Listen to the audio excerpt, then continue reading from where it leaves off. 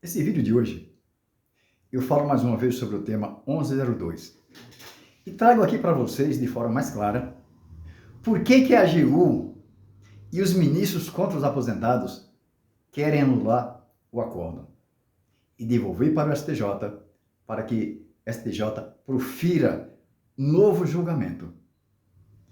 Eu vou falar para vocês aqui o que vem acontecendo em relação à cláusula de reserva de plenário. É um tema um pouco difícil para entender, mas eu vou tentar o máximo para que vocês possam entender. Eu sei que tem muita gente que já sabe disso, mas tem muita gente que está perdida, não sabe, só vem falar na cláusula de reserva de plenário, no artigo 97 da Constituição, mas não sabe realmente o que está acontecendo. E há muita confusão a respeito disso. É importante esclarecer da forma que determina a lei, da forma que a Constituição traz, como funciona a coisa. E hoje eu trago esse vídeo para vocês saber tudo o que acontece sobre a cláusula de reserva de plenário e por que o ministro Zanin e outros ministros que são contra os aposentados estão encontrando esse fio solto para poder anular esse acordo. E o que o ministro Alexandre de Moraes pode fazer e os outros ministros que votaram a favor dos aposentados podem fazer. Vejam só. O STJ julgou o tema para se aplicar a lei mais vantajosa aos aposentados. As duas leis continuam valendo. Os dois artigos de lei continuam valendo. Quando o STJ julgou, o STJ não enfrentou o questionamento da reserva de plenário do artigo 97, porque o STJ não declarou a inconstitucionalidade da lei, ou não restringiu a norma. Entendeu também que é apenas um entendimento, uma interpretação exegética da lei, para que se aplicasse a lei mais vantajosa de acordo com a aposentadoria de cada um. Esse tema, como vocês sabem, a AGU recorreu, o INSS recorreu por meio da AGU, em fase de recurso extraordinário. Houve aquela repercussão geral, e no STF foi julgado aquele acórdão, como vocês sabem. Prestem atenção aqui. Prestem muita atenção no que eu vou falar para vocês não caírem em conversa que falam para vocês sem mostrar o fundamento. Ao julgar esse acórdão, junto ao STF, 5 ministros que votaram contra os aposentados, quem foram esses ministros? O ministro Luiz Barroso, o ministro Nunes Marques, o ministro Dias Toffoli, o ministro Gilmar Mendes e o ministro Luiz Fux votaram contra os aposentados e eles manifestaram expressamente sobre a violação ao artigo 97 da Constituição Federal, que é essa cláusula de reserva do plenário, porque o STJ não havia enfrentado lá. Se o STJ tivesse votado lá no plenário por maioria absoluta, não teria por que os ministros enfrentarem esse problema no STF. Mas não houve esse enfrentamento lá no STJ. Aí nós vimos que esses 5 ministros votaram contra os aposentados, entenderam que havia violação ao artigo 97, que é justamente essa cláusula de reserva de plenário, que eu vou explicar para vocês, tintim por tintim, como funciona. Do lado de cá dos aposentados, do nosso lado, nós tivemos 6 votos. Dos 6 votos, 5 ministros votaram expressamente. Quem foram esses 5 ministros? Nós vimos o ministro Marco Aurélio, que era o relator no plenário virtual, naquele plenário virtual, depois no plenário físico, como vocês sabem, passou a ser o ministro Alexandre de Moraes, o ministro Marco Aurélio, o ministro Alexandre de Moraes, o ministro Edson Fachin, a ministra Rosa Weber, a ministra Carmen Lúcia. Esses 5 ministros votaram e expressaram a respeito da violação da cláusula de reserva do plenário. Esses 5 ministros entenderam que não havia violação ao artigo 97 da Constituição, portanto não precisaria da reserva do plenário, porque não estava declarando inconstitucionalidade de lei nenhuma, apenas um entendimento exegético da lei, qual a lei aplicar para cada caso. Mas ambas as leis continuam valendo. Ambos os dispositivos das leis, os artigos, continuam valendo. Porém, 5 ministros. Esses 5 ministros aqui, eles votaram a favor dos aposentados. O ministro Ricardo Lewandowski, também que votou a favor dos aposentados, ele não manifestou expressamente sobre esse ponto, sobre a violação ou não violação do artigo 97 da Constituição. Ele não manifestou. Eu li o voto dele e não tem realmente manifestação a esse respeito. Se esse ministro, Ricardo Lewandowski, tivesse expressado seu voto e mostrando que não havia violação à cláusula de reserva de plenário, ou seja, ao artigo 97 da Constituição Federal, tinha formado a maioria, porque são 6 votos. 6 votos foram a maioria no plenário, porque é assim que determina a lei, a Constituição. O artigo 97 diz o seguinte, vou ler para vocês o artigo 97. Somente pelo voto da maioria absoluta de membros ou dos membros respectivos dos órgãos especial poderão os tribunais declarar inconstitucionalidade de lei ou ato normativo do poder público. Maioria absoluta. Maioria absoluta no STF são os votos de 6 ministros. Não importa se tem só 10 ministros no STF. Se aposentou o ministro ou está afastado, e só 10 ministros vão votar. Mas para formar a maioria absoluta, tem que ser o voto de 6 ministros. Porque o STF é formado por 11 ministros. Como agora nós temos 10 ministros na ativa, e temos um ministro que vai entrar agora, mas não foi sabatinado ainda.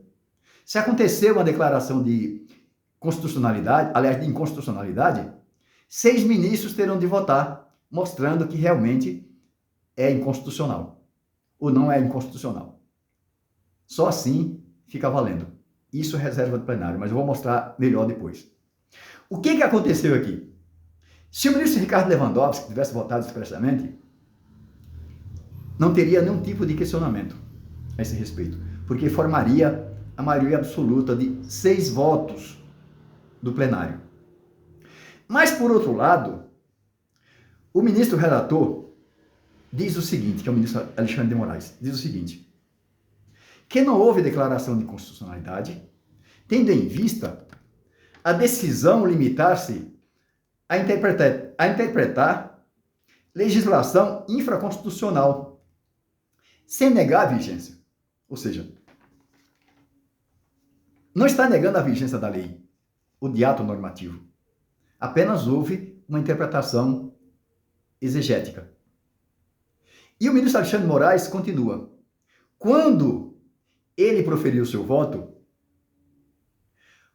todos os ministros citados acima acompanharam sem ressalva.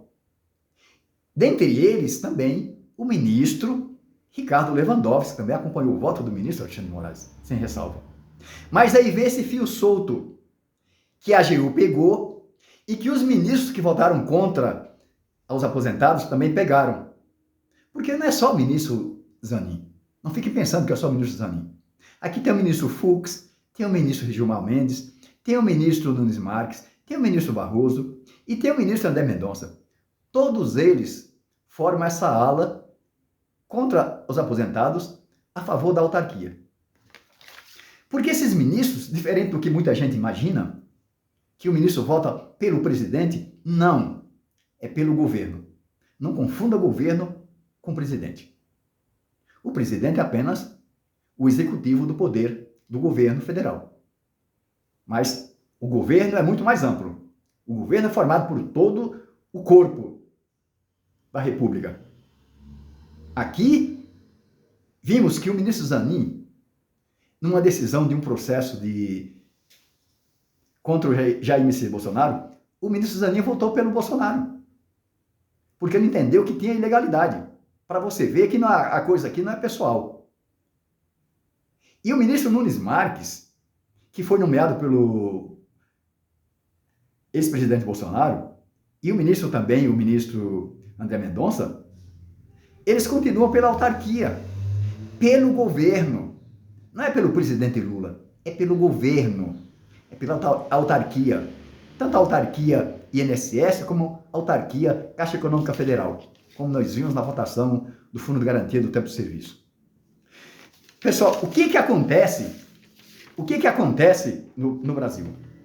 No Brasil nós temos dois controles para declarar inconstitucionalidade ou constitucionalidade de uma lei, ou norma, ou ato normativo. Nós temos o controle difuso e temos o controle concentrado.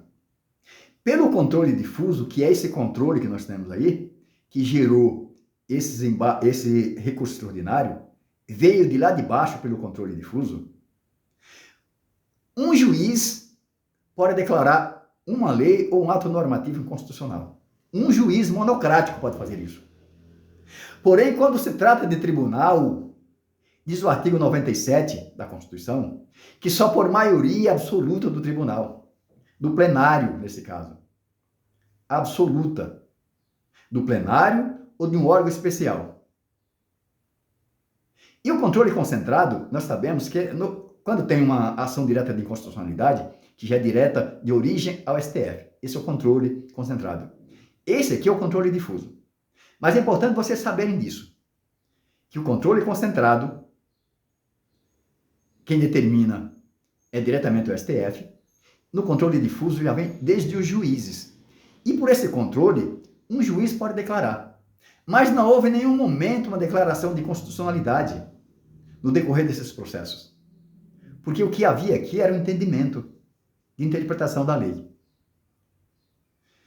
Tem a súmula vinculante, número 10, que diz o seguinte, eu trago para vocês entenderem que aqui não é entendimento de qualquer um, é de uma súmula vinculante do próprio STF, que diz o seguinte: viola a cláusula de reserva de plenário, do artigo 97, a decisão de órgão fracionário de tribunal que, embora não declare expressamente a inconstitucionalidade de lei ou ato normativo